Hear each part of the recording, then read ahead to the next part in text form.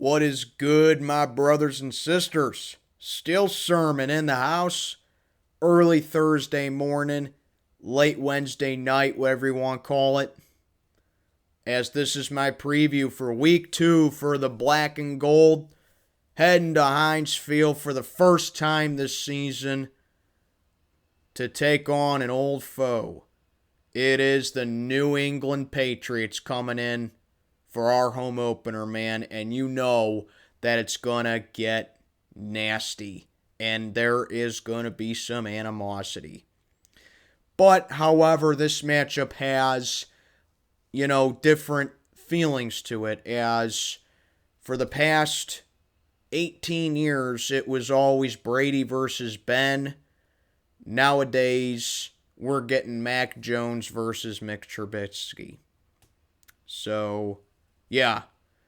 Fun fact for this one. This is the first time that neither Brady nor Ben will be starting in this game for the respective opponents all the way back since 1998. That is absolutely incredible when you think about that, man. But here, I'm going to be talking about the preview and, of course, my key to victory. I only have one key to victory for this week. So let's just talk about this for a little bit. Obviously, with us, we are 1-0, coming off a win over the Bengals in overtime, 23-20. A game in which the front looked really good. The pass rush in general looked really good. Getting to Burrow 7 times. Alex Highsmith making a big difference there with recording 3.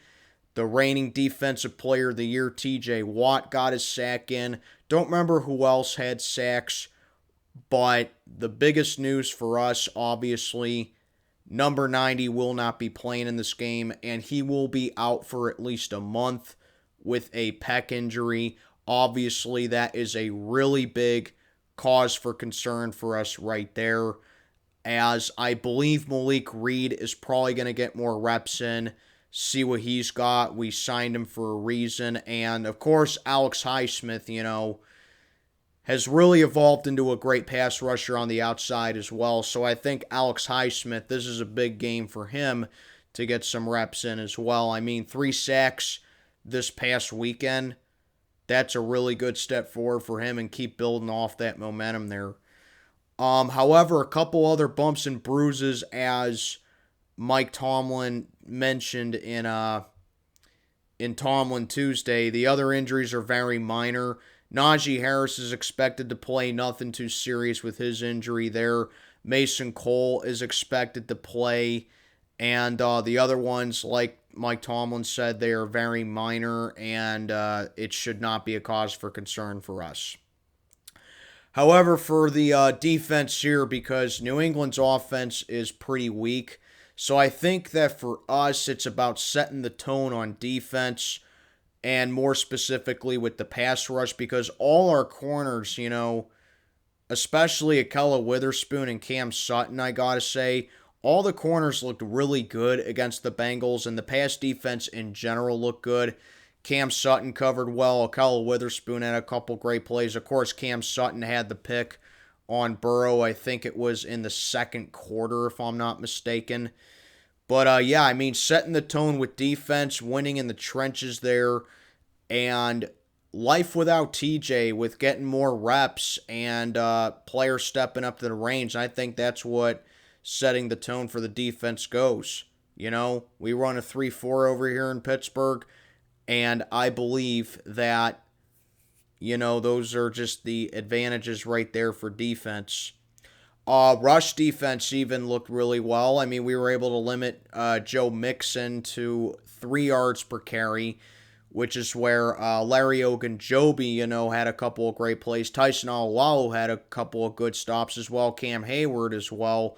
So I think that the rush defense for this one has to be in effect as well. I mean, you can probably already expect this is going to be a low-scoring game for all the wrong reasons. As far as the offensive side of things of the ball for us goes, obviously Mitch is going to be starting again. He had a couple of bad throws on Sunday. But really, you can't put all the blame on Mitch as to why the offense faltered. And I mean, this goes back to Matt Canada. I mean, I'm really starting to, get critical of Matt Canada a little bit because now I feel like with him being the quarterback's coach, back in 2020, it's like, can you really put all the blame on Randy Fichtner and, an age 39 Big Ben? So it's just the same offense that I've seen for the past, 4 years or so.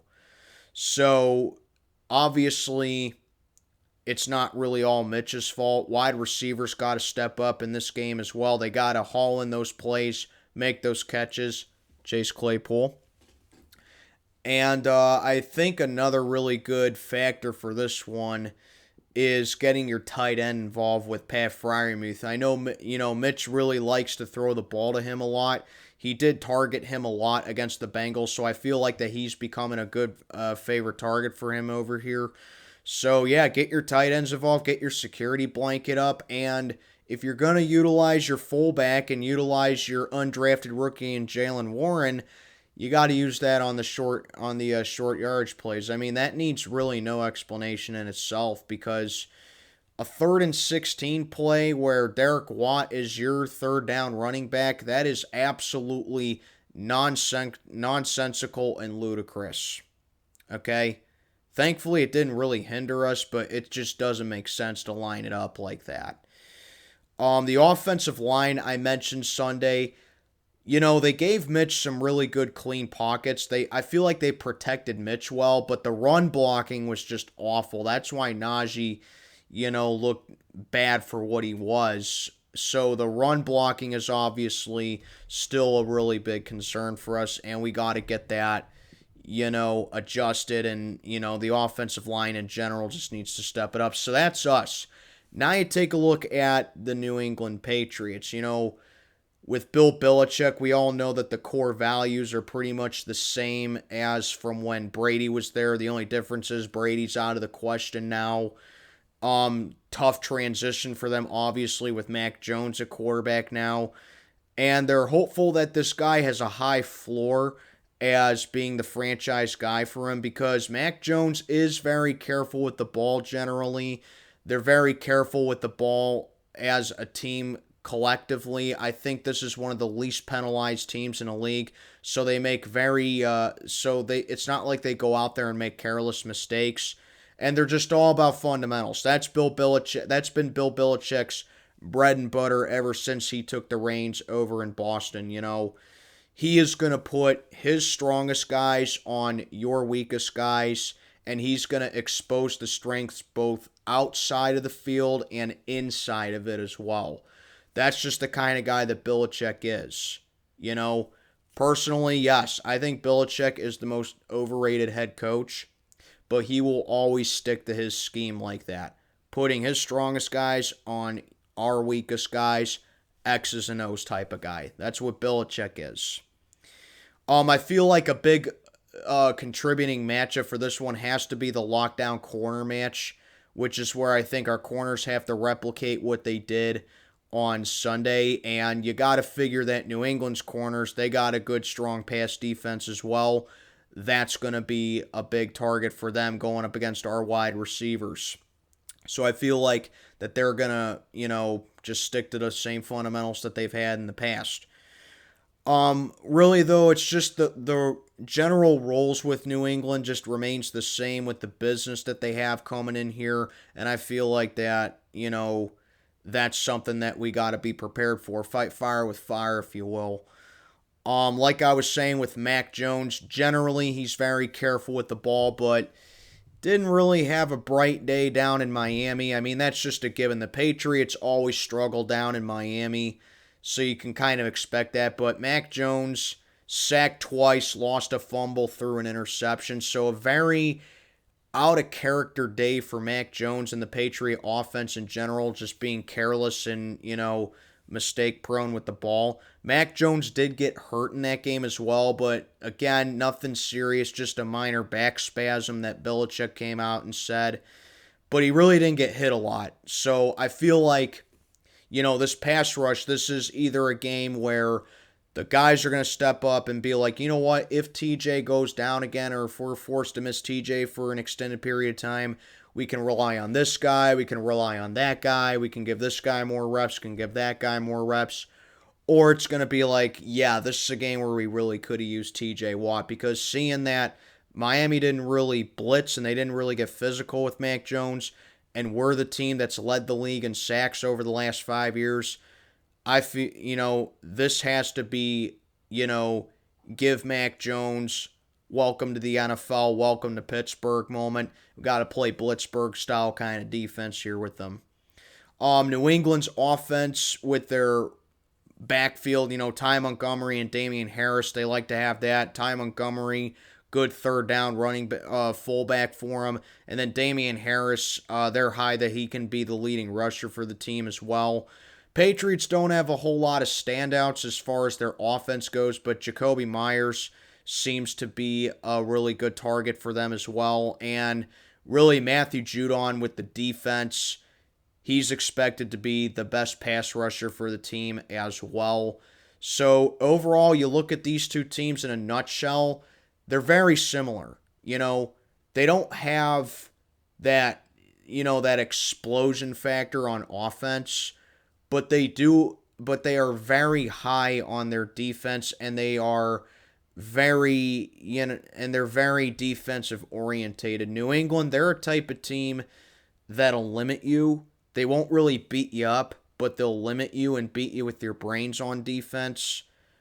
Us, however, we're that kind of physical bully on defense. We're going to beat you up, and we're going to make you make dumb mistakes in the process as well, and we're going to beat you intellectually as well. So really, these are strong defensive teams, but they have serious issues with offense. I think that we have the edge offensively.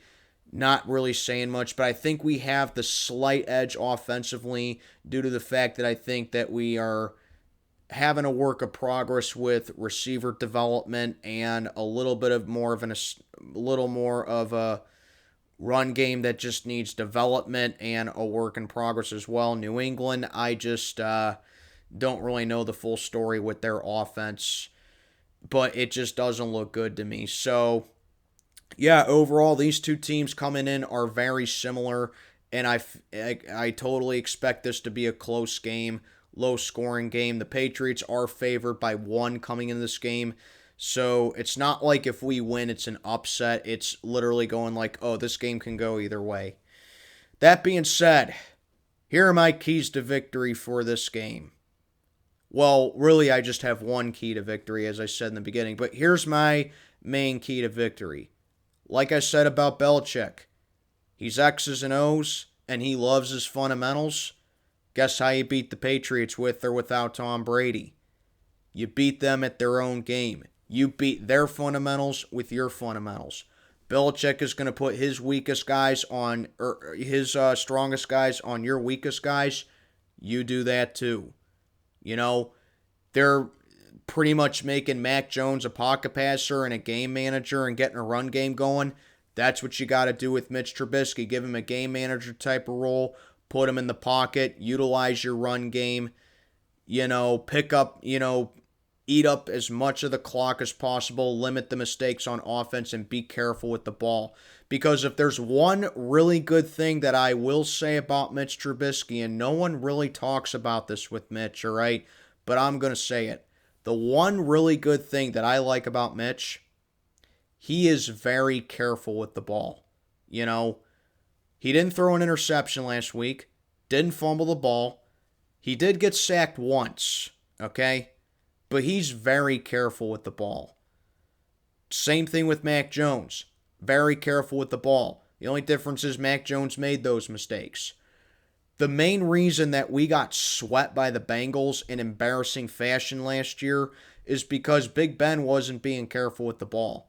Now, obviously, yeah, him being 39 might have something to do with that, but it was just a collective jumbled mess on offense. Big Ben was throwing interceptions. Big Ben was fumbling. The offense was fumbling. They couldn't, haul in the catches. They couldn't convert third downs. They couldn't do anything right. That was one of the main reasons that we got swept by the Bengals last year. We play fundamental football, and we outsmart Belichick with his own game, we're going to come away with this win. It may not be the prettiest of wins, but we're going to come away with a win. We use our fundamentals like New England does. So that's really my key to victory for this one. Now listen, Pittsburgh Steelers, you're 1-0. You're currently tied for first in the AFC North. You got an incredibly ugly win. You got the dub, but, you need to be able to hold on to a lead. You need to be able to sustain it, and you can't let your foot off the gas pedal. You got the team that has been your kryptonite, your biggest nightmare, and your boogeyman for the better part of the last 20 years coming into your house without Tom Brady this time. And the last time that you faced these guys without Brady, you blew them out of the water on your way to a Super Bowl run, 33-10. That was in their stadium when they had Matt Castle playing at QB. Are you sick and tired, Pittsburgh Steelers? Are you sick and tired of these two things? Number one, the media downplaying every one of your wins, okay? Because let me ask you, is it the ref's fault that Zach Taylor didn't challenge that missed touchdown? Is it the ref's fault that Joe Burrow got sacked 7 times by the on-charging defense? Is it the ref's fault that Joe Burrow threw 4 picks against you? No. You did what you needed to do on defense. You gotta do the same on offense. So are you sick and tired of the media downplaying every single one of your wins? Finish the job. And most importantly, number 2, are you sick and tired, Pittsburgh Steelers and Steeler fans, of this franchise coming into Pittsburgh and escaping with our W? Because I am. This team, before 2018, had beaten us the last 5 times. Inexcusable. This is your chance, Pittsburgh Steelers, to have beaten them twice out of the last 3. You beat them in 2018. Blown out of the water by them in 2019 on opening night. This is your chance to make it 2 out of 3 against the Patriots. And I want results. I'm tired of losing to this team. I'm tired of them coming into Pittsburgh, leaving with our W. Get it together. Set the tone on defense. Have Mac Jones get a welcome to Pittsburgh moment and bully him. And I want everything left on the field because I'm pretty sure that I can speak for the majority of Steeler fans. Like I've stressed a couple of times already, I'm sick and tired of losing to the Patriots. Do I hate the Patriots? Yes, I do. I don't hate them as much as I used to because Brady ain't there no more, and that's when my hate for them really peaked. So it's kind of mellowed down a little bit over the past couple years. But you would almost never catch me rooting for this damn team. And I want us to beat them. I want us to beat them up on defense, and I want us to have a spark on offense here. I don't care what it takes. Beat this damn team. Make it 2 out of 3 against them. And that's it. So that's my preview. Little bit of hype right there. And let's see what we got on the field. I will be in the Steel Twins' stream again on Sunday. So can't wait for that. Let's have another good time. As always, like, comment, subscribe, follow me on Instagram and on Twitter. Let me know what you think in the comments below. It's Steelers Patriots, baby, and it should be a good one. Let's get the 2-0, man, and let's head on up to Cleveland next week to face another hated rival in the Cleveland Browns. Let's get on to it. Steel Sermon, checking on out for the night. May God be with you all.